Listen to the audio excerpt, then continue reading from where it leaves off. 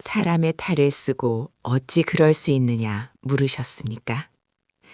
내 영혼을 바쳐 불러낸 것은 굶주린 금빛 범이었습니다. 조선 팔도를 벌벌 떨게 한 금빛 호랑이와 며느리의 전설. 그 처절한 기록을 지금 시작합니다.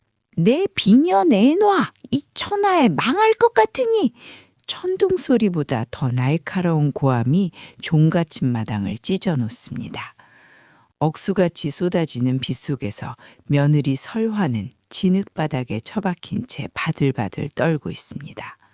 그녀의 죄명은 가문의 보물 황금 비녀를 훔쳤다는 것. 하지만 이것은 모두 시어머니 박씨가 꾸민 잔인한 덫이었습니다. 박씨는 자신의 도박빚을 갚기 위해 비녀를 팔아치우고는 그 죄를 만만한 며느리에게 덮어씌웠습니다. 어머니, 정말 아닙니다. 제발 믿어주세요.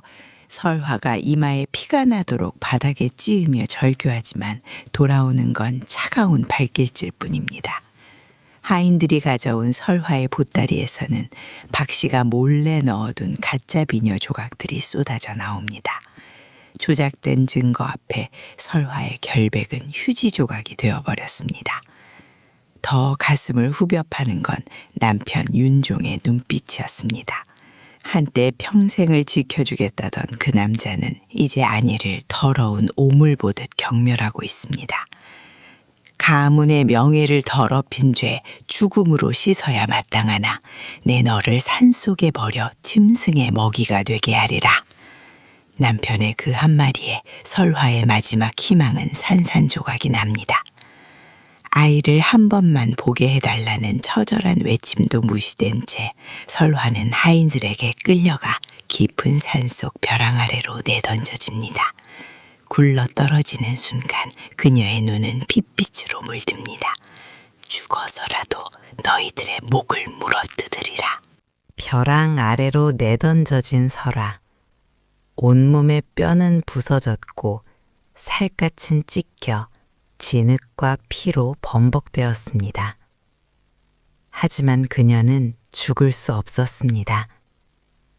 자신을 버린 남편과 아이를 뺏은 시어머니에 대한 증오가 심장을 억지로 뛰게 만들고 있었으니까요. 기어가는 손톱이 다 빠져나갈 때쯤 설화는 거대한 동굴 속으로 몸을 숨깁니다.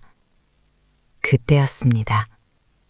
스으, 칠흑 같은 어둠 속에서 금속이 긁히는 기괴한 소리가 들려옵니다. 그리고 서서히 드러나는 두 개의 거대한 황금빛 눈동자. 그것은 인간의 상식을 아득히 벗어난 태초의 원한을 먹고 자란 금빛 괴물 호랑이였습니다.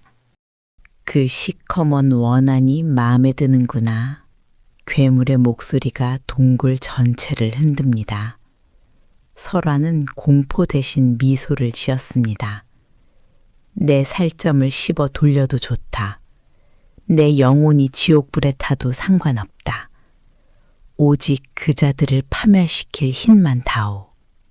괴물은 기괴하게 웃으며 가슴속에서 기이한 안광을 내뿜는 황금 거울을 꺼내 설화에게 건넵니다. 거울을 잡은 설화의 손에서 금빛 불꽃이 일어납니다. 그녀의 눈동자가 괴물과 똑같은 황금빛으로 물들기 시작합니다. 이제 인간 설화는 죽었습니다. 오직 복수만을 위해 살아 돌아온 금빛 악마가 탄생하는 순간입니다. 세월은 잔인했습니다. 며느리를 내쫓고 권세를 누리던 종갓집은 이제 잡초만 무성한 폐가가 되어가고 있었습니다. 시어머니 박씨는 사치와 노름으로 가산을 탕진했고 남편 윤종은 죄책감을 솔로 달래며 폐인이 되었습니다. 가문의 운명이 다해가던 그때 기이한 일이 벌어집니다. 마을 어귀부터 정체 모를 금빛 안개가 몰려오더니 칠흑 같은 어둠을 뚫고 화려하기 그지없는 가마 한 대가 멈춰섭니다. 눈이 없는 가마꾼들이 메고 온 온통 금으로 치장된 기괴한 가마. 그 가마의 문이 열리자 금실 비단을 두른 한 여인이 모습을 드러냅니다. 10년 전 벼랑 아래로 던져졌던 설화였습니다. 서역에서 온 거상이라 전하십시오. 설화의 목소리는 서늘한 얼음장 같았습니다.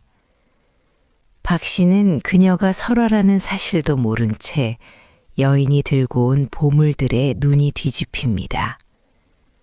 특히 방 한가운데 놓인 거대한 황금 거울을 보자 박 씨의 탐욕은 걷잡을 수 없이 타오릅니다. 오, 이 귀한 것을 우리에게 주신단 말이오? 너울 뒤에서 설화는 비릿한 미소를 짓습니다. 거울 속에서는 집채만한 호랑이의 그림자가 박 씨의 뒤를 덮치려 넘실거리고 있었죠. 가문의 명예를 되찾아드리러 왔습니다. 아주 철저하게 말입니다. 설화가 두고 간 황금 거울은 종갓집의 마지막 영혼을 갉아먹기 시작했습니다. 시어머니 박 씨는 이제 밥도 먹지 않고 잠도 자지 않은 채 거울 앞을 떠나지 못합니다. 거울 속 자신의 모습이 10년 전보다 더 젊고 아름다운 왕비처럼 보였기 때문입니다. 하지만 그것은 거울이 보여주는 지독한 환각이었습니다. 남편 윤종의 눈에 비친 어머니의 모습은 끔찍했습니다. 거울 앞에서 낄낄거리는 박 씨의 피부는 서서히 녹아내리고 있었고 그 벌어진 살점 사이로 10년 전 훔쳤던 황금 비녀들이 구더기처럼 기어나오고 있었습니다. 어머니, 정신 차리세요. 윤종이 박 씨를 끌어내려 하지만 박 씨는 오히려 아들의 목을 조릅니다.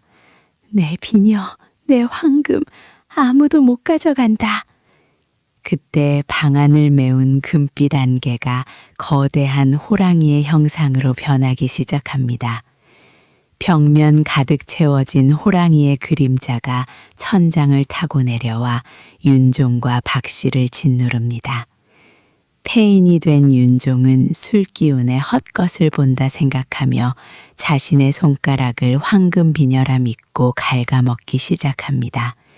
방 안은 비명과 광기 어린 웃음소리로 지옥이 되어버렸습니다. 거울 속에서 쇠창살 같은 호랑이의 앞발이 튀어나와 박 씨의 가슴팍을 움켜쥡니다. 살려다오, 제발! 박 씨의 비명이 터져나오지만 거울 건너편 복도에서 설화가 차갑게 지켜보고 있습니다. 어머니, 그토록 원하시던 금빛 지옥입니다. 마음이 드십니까? 아, 이거 놔라, 이 괴물아! 박 씨의 비명이 종갓집 담장을 넘었습니다. 거울 속에서 뻗어나온 거대한 호랑이의 앞발은 박 씨의 목덜미를 움켜쥐고 서서히 거울 속 심연으로 끌어당겼습니다. 방 안은 이미 인간의 세상이 아니었습니다. 황금 거울이 진동하며 파르르 떨리더니 거울면에서 액체 황금이 폭포처럼 쏟아져 나왔습니다. 바닥에 닿은 황금은 곧바로 푸른 불길이 되어 집안을 집어삼키기 시작했습니다. 하지만 그것은 일반적인 불이 아니었습니다. 닿는 모든 것을 금빛 가루로 만들어 부스러뜨리는 저주의 불꽃이었죠. 아들 윤종은 타오르는 안방 문턱을 붙잡고 절규했습니다. 살려줘, 설화야, 내가 잘못했다, 제발. 하지만 설화는 그가 내민 손을 차갑게 밟으며 내려다볼 뿐이었습니다. 내 아이, 내 딸은 어디 있느냐? 설화의 낮은 목소리가 불길을 뚫고 울려 퍼집니다. 거울 속으로 반쯤 빨려 들어간 박 씨가 단말마처럼 내뱉습니다. 그 애는 네가 쫓겨나고 5년 뒤에 병으로 죽었다. 다 네 팔자가 사나워 죽은 게야. 그 순간 설화의 심장은 완전히 얼어붙었습니다. 복수를 위해 살아 돌아왔으나 돌아온 곳에 남은 것은 자식의 무덤뿐이었습니다. 설화의 비명이 황금빛 폭발이 되어 집 전체를 뒤덮습니다. 거대했던 종갓집 기화가 금가루가 되어 흩어지고 시어머니와 남편은 거울 속 지옥으로 영원히 자취를 감춥니다. 찬란했던 종갓집은 간데없고 그 자리엔 오직 차가운 잿더미와 금가루만이 남았습니다. 원수들은 지옥으로 끌려갔지만 설화의 가슴에 뚫린 구멍은 메워지지 않았습니다. 아가, 가엾은 내 아가. 그녀가 아이의 이름을 부르며 재를 움켜쥐자 하늘에서 서글픈 금빛 눈이 내리기 시작합니다. 잿더미 사이로 거대한 금빛 호랑이가 모습을 드러냅니다. 괴수는 이제 무서운 모습이 아니라 마치 오갠 친구를 위로하듯 설화의 곁에 웅크리고 앉습니다. 복수는 끝났다. 이제 무엇을 원하느냐?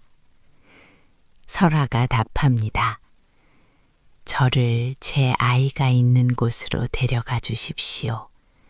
다시는 헤어지지 않을 곳으로. 호랑이가 크게 포효하자 설화의 몸이 서서히 금빛 안개로 변하며 호랑이의 등에 올라탑니다. 거대한 금빛 범은 허공을 발판 삼아 하늘로 솟구쳐 올랐습니다. 마을 사람들은 그날 밤 보름달을 가로질러 달리는 거대한 황금 호랑이와 그 위에 탄 아름다운 여인의 모습을 보았다고 입을 모아 말합니다. 다음 날 아침 잿더미 위에는 10년 전 사라졌던 진짜 황금 비녀 하나가 놓여 있었습니다. 그리고 그 비녀를 탐내는 자는 누구든 금빛 호랑이의 포효 소리를 듣게 된다는 전설이 전해 내려오죠. 가슴에 품은 복은 결국 자신을 태우는 불꽃이 된다고 했던가요? 탐욕의 눈이 멀어 며느리를 사지로 몰았던 종갓집 사람들은 결국 자신들이 만든 금빛 지옥 속에서 영원한 어둠이 되었습니다. 지금도 비바람이 거세게 부는 날이면 저 멀리 벼랑 끝에서 금빛 호랑이의 구슬픈 포효 소리가 들려온다고 합니다. 그것은 복수의 외침일까요? 아니면 아이를 그리워하는 어미의 흐느낌일까요? 오늘 준비한 이야기는 여기까지입니다. 여러분의 마음속에는 어떤 금빛 호랑이가 살고 계신가요? 여러분의 생각과 감상을 댓글로 들려주세요. 오늘의 이야기가 흥미로우셨다면 구독과 좋아요로 다음 전설을 응원해 주시기 바랍니다.